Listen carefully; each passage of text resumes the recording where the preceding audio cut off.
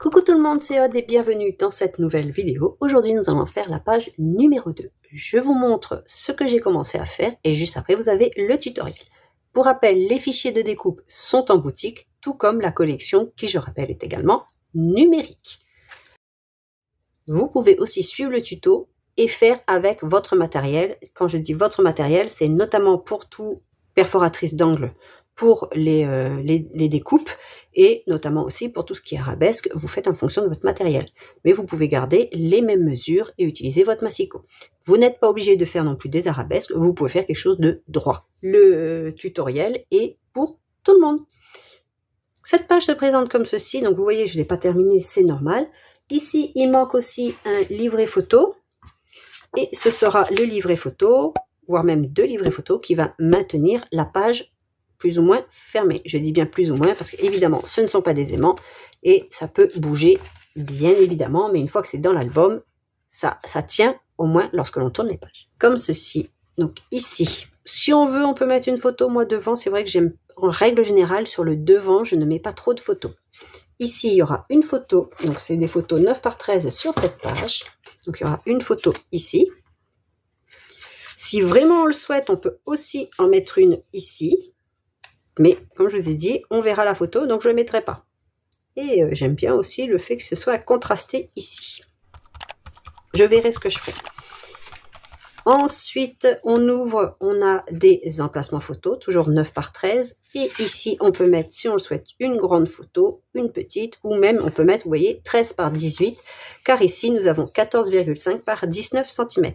Donc, on peut aussi mettre une photo 13 par 18 au format portrait. Et ici, ce sont des photos 9 par 13. On ferme. Et nous avons un passant ici pour glisser une grande carte, notamment pour mettre des grandes photos. Car dans un album mariage, c'est toujours intéressant de pouvoir mettre des grandes photos, au moins de 13 par 18 cm. Donc j'espère que cette page vous plaît. Je vous laisse tout de suite avec le tutoriel. Pour cette page numéro 2, qui est au dos évidemment, nous allons faire tout ce qui est ici. On commence par prendre un papier de 18,5 cm par 21 cm. Moi, quand je vous donne les mesures, c'est les mesures qui comprennent les arabesques. Si vous ne faites pas d'arabesque, vous pouvez faire 14,5 par 21 ou alors vous faites 18,5 et vous faites une bordure avec vos perforatrices de bordure, ou alors si vous avez des dies, vous découpez des arabesques avec vos dies et que vous venez coller par en dessous. Comme ça, vous pourrez avoir quelque chose, pas d'identique, parce qu'étant donné que c'est moi qui ai créé ces arabesques-là avec mon logiciel de découpe, mais vous pourrez avoir quelque chose. Et comme vous voyez, j'ai fait exprès de ne pas coller ici les arabesques. Donc, j'ai découpé une certaine série sur une feuille comme ceci. Donc ça, c'est sans le collage. Et dès qu'on rajoute ceci, c'est tout de suite plus... Les finitions sont... On devine l'arabesque là que l'on ne devine pas. Bien évidemment...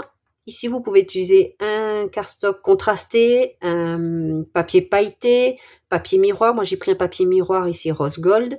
Vous pouvez prendre ce que vous souhaitez. Et j'ai pas dit, mais sur les 21 cm, on fait un pli à 1 cm des deux côtés. Ceci, on va venir le placer au centre, ce qui correspond plus ou moins à 4,7 cm du bord. Alors, le bord ici, pas le bord de mes arabesques. Donc, je vais le mettre ici.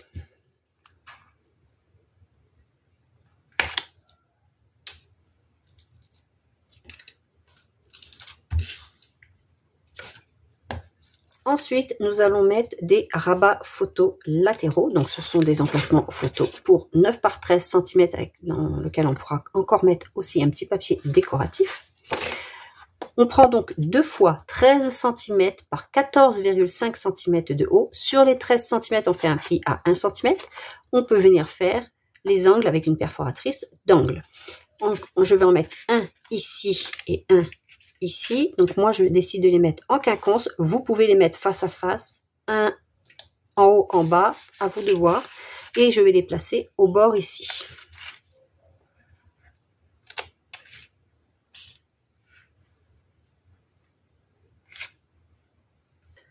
Ensuite, on va venir mettre un rabat en haut et un rabat en bas. Pour le rabat du haut, on prend les mêmes mesures que tout à l'heure, mais on va le mettre dans l'autre sens. On prend donc 14,5 par 13 cm Et sur les 13 cm, cette fois on fait un pli à 1 et à 1,5 cm pour laisser un demi-cm de gousset, car nous avons ici des emplacements photos et il y en aura un ici aussi. Ce rabat là, je vais le mettre ici tout en haut. J'ai déjà collé ici mon petit papier rose gold, effet miroir, et je mettrai par la suite ici. Je ne les ai pas tous encore découpés. Donc ceci viendra tout en haut, bien bord à bord. Pour le rabat du bas, on prend un papier toujours de 14,5 cm de large, cette fois-ci par 17 cm de haut. Sur les 17 cm, on fait un pli à 1 et à 1,5 cm. Et comme d'habitude, je ne le dis pas à chaque fois, mais on biseaute la pâte de collage. Et ceci viendra tout en bas.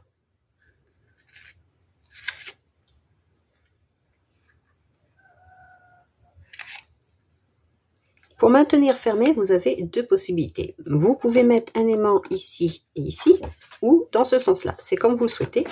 Ou alors, si vous n'avez pas d'aimant, vous pouvez mettre une pochette en bas qui mesure 16,5 cm de large par 8 cm de haut. Alors attention, ce sont les 8 qui comprennent mon arabesque et il ne faut pas faire plus de 8 cm. Sinon, vous pouvez faire 6 cm.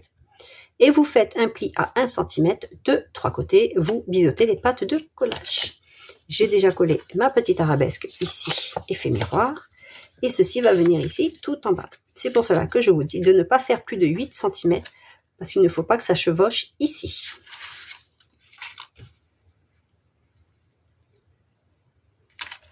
Et ce sera par la suite un livret photo qui maintiendra tout ceci fermé. Donc il faudra mettre un livret et pas juste une photo parce que ici nous avons quand même, de par les pattes de collage, une certaine aisance dans la pochette. Donc il faudra en mettre, pourquoi pas, au moins un livret photo avec 3 photos, donc plié en 2 ou alors 2 livrets photos. La construction de la page, comme vous voyez, est terminée. Elle est ultra simple à réaliser. Ici, nous avons encore de quoi mettre une grande carte. Il ne me reste plus qu'à coller le papier imprimé.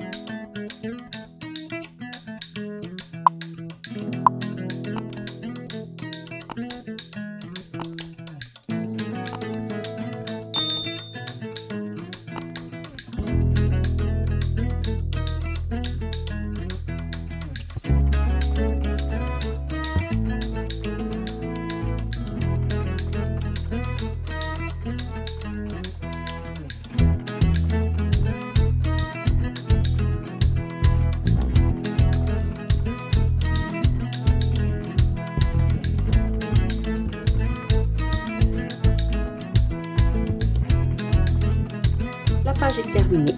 J'espère que vous avez aimé. Il me restera encore quelques décorations, notamment ici j'avais découpé 2 papiers mais je ne sais pas lequel mettre.